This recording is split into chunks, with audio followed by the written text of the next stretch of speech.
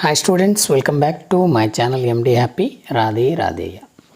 ಕರ್ನಾಟಕ ಸರ್ಕಾರ ಶಾಲಾ ಶಿಕ್ಷಣ ಇಲಾಖೆ ಪದವಿ ಪೂರ್ವ ಘಟಕ ಆಧಾರಿತ ಮೂಲ್ಯಾಂಕನ LBA 2026-27 ಘಟಕ ಪರೀಕ್ಷೆ 2 ಜುಲೈ ತಿಂಗಳಲ್ಲಿ ನಡೆಯುವಂಥದ್ದು. ಅದು ಈ ಒಂದು 2ನೇ ವಾರದಲ್ಲಿ ನಡೆಯುವಂಥ ಒಂದು ಘಟಕ ಪರೀಕ್ಷೆ.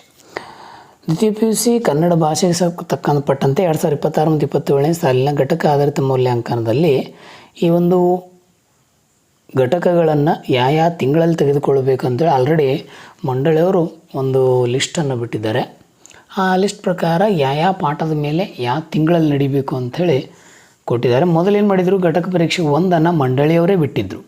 ಸೊ ಹಾಗಾಗಿ ನಾನು ಈ ಒಂದು ವಿಡಿಯೋದಲ್ಲಿ ನಿಮಗೆ ಕೇವಲ ಒಂದು ಮಾದರಿ ಪ್ರಶ್ನೆ ಪತ್ರಿಕೆಯನ್ನು ತಗೊಂಡ್ಕೊಂಡು ಬಂದಿದ್ದೀನಿ.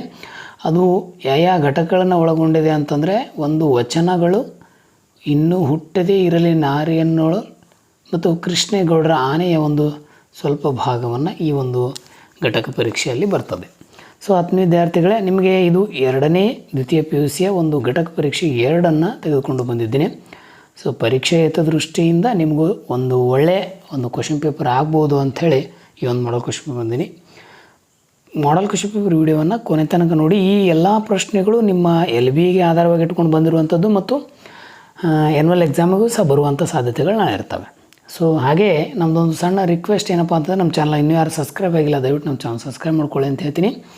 ದ್ವಿತೀಯ PUC ವಿದ್ಯಾರ್ಥಿಗಳು ಭಾಳ ಜನ ಕಮೆಂಟ್ ಮಾಡ್ತಾಯಿದ್ರಿ, ಸರ್ ಸೆಕೆಂಡ್ LBA ಒಂದು ಪ್ರಶ್ನೆ ಪತ್ರಿಕೆ ಘಟಕ ಪರೀಕ್ಷೆ ಬಿಡಿ ಅಂಥೇಳಿ. ಸೊ ಅವರಿಗೋಸ್ಕರ ಈ ಒಂದು ರೆಡಿ ಮಾಡ್ಕೊಂಡು ಈ ಒಂದು ಕ್ವಶನ್ ಪೇಪರನ್ನು ತೆಗೆದುಕೊಂಡು ಬಂದಿದ್ದು. ಸೊ ಇದು ನಿಮಗೆ ಉಪಯುಕ್ತ ಮಾಹಿತಿ ಅನ್ನಿಸಿದ್ರೆ ದಯವಿಟ್ಟು ಕಮೆಂಟಲ್ಲಿ ನಿಮ್ಮ ಅನಿಸಿಕೆಗಳನ್ನು ತಪ್ಪದೇ ತಿಳಿಸಿ ಅಂತ ಹೇಳ್ತಾ, ಸೊ ಬನ್ನಿ ಮೊದಲನೇ ನಾವು ಈ ಒಂದು ಪ್ರಶ್ನೆ ವಿಭಾಗಕ್ಕೆ ಹೋಗೋಣ ಮತ್ತು ನಿಮ್ಮ ಸ್ನೇಹಿತರ ವಿಡಿಯೋಗಳನ್ನು ಶೇರ್ ಮಾಡಿ ಅಂತ ಹೇಳ್ತೀನಿ. ಮೊದಲಿಗೆ ಗಂಟೆ ನಿಮಗೆ ಕಂಪಲ್ಸರಿ 1 ಗಂಟೆ 30 ಅಂಕಗಳು, ಮತ್ತು ಅದೇ ನಿಮ್ಮ ಒಂದು ಮೊದಲ ಘಟಕ ಪರೀಕ್ಷೆ ಥರನೇ ಇರ್ತವೆ. ವಿಷಯ ಕನ್ನಡ. ಆ ವಿಭಾಗದಲ್ಲಿ ಬಹು ಆಯ್ಕೆ ಪ್ರಶ್ನೆಗಳು ಬರ್ತವೆ. ಯಾವ ಬರ್ತಾವ್ರಿ? ಬಹು ಆಯ್ಕೆ ಪ್ರಶ್ನೆಗಳನ್ನು ಇಲ್ಲಿ ಕಾಣ್ತೀರಿ. ಈ ಕೆಳಗಿನ ಪ್ರಶ್ನೆಗಳಿಗೆ ನೀಡಿರುವ ಉತ್ತರಗಳಲ್ಲಿ ಸರಿಯಾದ ಒಂದನ್ನು ಅಂತ ಕೊಟ್ಟಿದ್ದಾರೆ. ಅದರಲ್ಲಿ ಒಂದಲ್ಲ, ಅದು 7 ಪ್ರಶ್ನೆಗಳದಾವೆ. ಇಲ್ಲಿ 7 ಪ್ರಶ್ನೆಗಳನ್ನು ನಾವು ಉತ್ತರಿಸಬೇಕು ಅಂತ ಹೇಳ್ತೀವಿ. ಹೌದಾ? ಸ್ವಲ್ಪ ಅಲ್ಲಿ ಒಂದು ಸ್ವಲ್ಪ ಮಿಸ್ಟೇಕ್ ಆಗಿದೆ. ಯಾರ ಕೈಯಲ್ಲಿ ದರ್ಪಣವಿದ್ದು ಫಲವಿಲ್ಲ ಅಂಥೇಳಿ ಪ್ರಶ್ನೆಯನ್ನು ಕೇಳಿದರೆ 4 ಆಯ್ಕೆ ನಿಮ್ಮ ಕಣ್ಮುಂದೆ ಕೊಟ್ಟಿದ್ದೀನಿ. ಕಮೆಂಟಲ್ಲಿ ತಪ್ಪದೆ ನೀವೇನು ಮಾಡಬೇಕು ಅಂತಂದರೆ ಉತ್ತರವನ್ನು ತಪ್ಪದೆ ನನಗೆ ಕಮೆಂಟ್ ಮಾಡಬೇಕು. ಶಿವಪಥವನ್ನು ಅರಿಯದಿದ್ದರೆ ಡ್ಯಾಶ್ ವಿದ್ದರೂ ಫಲವಿಲ್ಲದಂತಾಗುತ್ತದೆ ಅಂಥೇಳಿ ಕ್ವಶನನ್ನು ಕೊಟ್ಟಿದ್ದೇವೆ. ಇಲ್ಲಿ 4 ಆಯ್ಕೆಗಳಿದ್ದಾವೆ.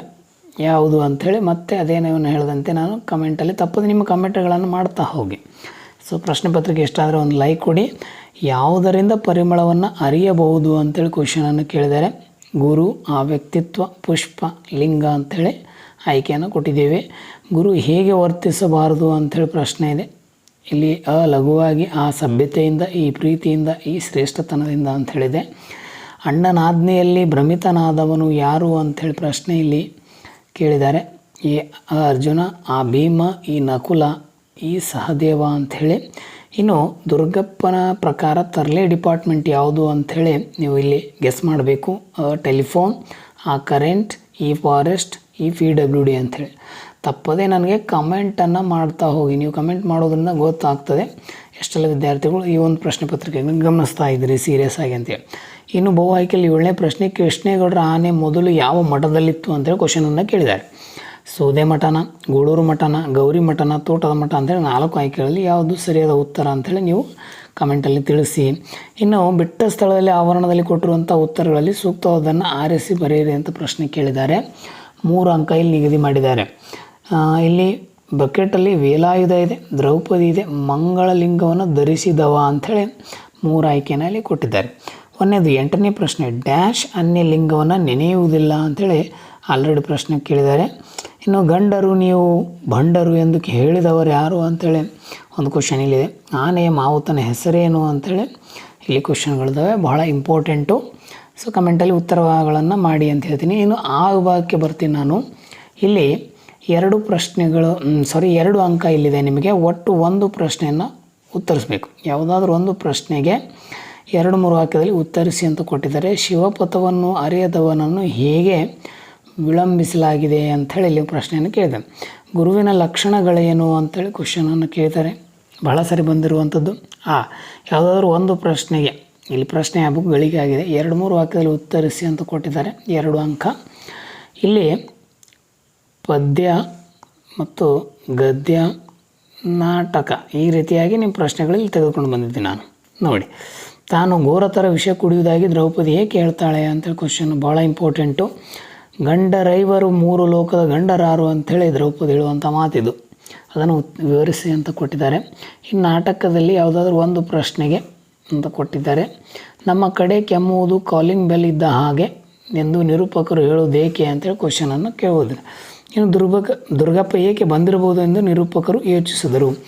ಇವೆಲ್ಲವೂ ಈ ಆ್ಯನ್ಯುವಲ್ ಎಕ್ಸಾಮ್ನಲ್ಲಿ ಬೀಳುವಂಥ ಪ್ರಶ್ನೆಗಳನ್ನು ಆಯ್ಕೊಂಡು ಬಂದಿದ್ದೀನಿ. ಇವು LBಯಲ್ಲಿ ಸಹ ಇದ್ದಾವೆ ಪ್ರಶ್ನೆಗಳು, ವರಿ ಮಾಡಬೇಡಿ.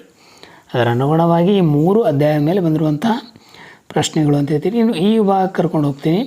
ಇಲ್ಲಿ ಸಂದರ್ಭವನ್ನು ಸೂಚಿಸಿ ಬರೆಯಿರಿ ಅಂತ ಹೇಳಿ ಕೊಟ್ಟಿದ್ದಾರೆ, 3 ಅಂಕ ಇದೆ.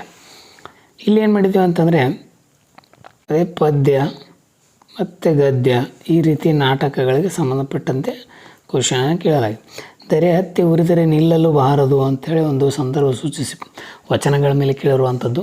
ಪುಷ್ಪವಿಲ್ಲದ ಪರಿಮಳ ಒರೆಯಬಹುದೇ ಅಂಥೇಳಿ ಈ ರೀತಿ 2 ಪ್ರಶ್ನೆ ವಚನ ಮೇಲೆ ಬಂದಿವೆ. ಒಟ್ಟಾಗಿ ಒಂದನ್ನು ಬರೀರಿ.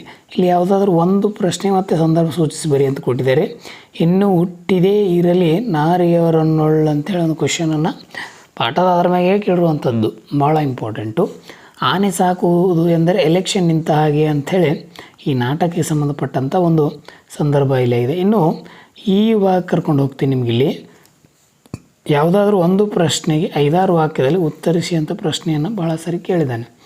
ಸೊ ಇಲ್ಲಿ ನಿಮಗೆ 4 ಅಂಕ ಇರ್ತದೆ. ಶಿವಪಥವನ್ನು ಮರೆಯದವನು ಭಕ್ತಿ ನಿರತಕ ಎಂಬುದನ್ನು ಬಸವನವರು ಯಾವ ರೀತಿ ಉದಾಹರಣೆ ಮೂಲಕ ವಿವರಿಸಿದ್ದಾರೆ ಅಂತೇಳಿ ನೀವು ಹೇಳ್ಬೋದು. ಇನ್ನು ದ್ರೌಪದಿ ಅವಮಾನಕ್ಕೊಳಗಾದ 3 ಪ್ರಸಂಗಗಳನ್ನು ವಿವರಿಸಿ ಅಂಥೇಳಿ. ಇನ್ನು ದುರ್ಗಪ್ಪ ನಿರೂಪಕರು ಬೆಳಿಗ್ಗೆ ಬಂದ ಸಂದರ್ಭವನ್ನು ವಿವರಿಸಿ. ಸೊ ಒಟ್ಟು ಇಲ್ಲಿ ಒಂದನ್ನು ನೀವು ವಿವರಿಸಬೇಕಾಗ್ತದೆ. ಇನ್ನು ನಾನು ನಿಮಗೆ ಇಲ್ಲಿ ನೇರ ಕರ್ಕೊಂಡು ಹೋಗ್ತೀನಿ. ಭಾಷಾ ಅಂದರೆ ಗ್ರಾಮರ್ಗೆ ಸಂಬಂಧಪಟ್ಟಂತೆ ಕೆಳಗಿನ ಪ್ರಶ್ನೆಗಳಿಗೆ ಯಾವುದಾದ್ರೂ 2ಕ್ಕೆ ಸೂಚನಾನುಗುಣವಾಗಿ ಉತ್ತರಿಸಿ. 4 ಅಂಕ ನಿಮಗೆ ಭಾಷಾಭ್ಯಾಸದಲ್ಲಿ ಇರ್ತದೆ ಘಟಕ ಪರೀಕ್ಷೆಗಳಲ್ಲಿ. 2 ಪದಗಳಿಗೆ ಕ್ರಿಯಾಪದ ಧಾತುಗಳನ್ನು ಗುರುತಿಸಿ ಅಂತ ಹೇಳ್ತಾರೆ. ಓದಿದನು, ಹೋಯಿತು, ನಿಂತರು ಅಂಥೇಳಿ.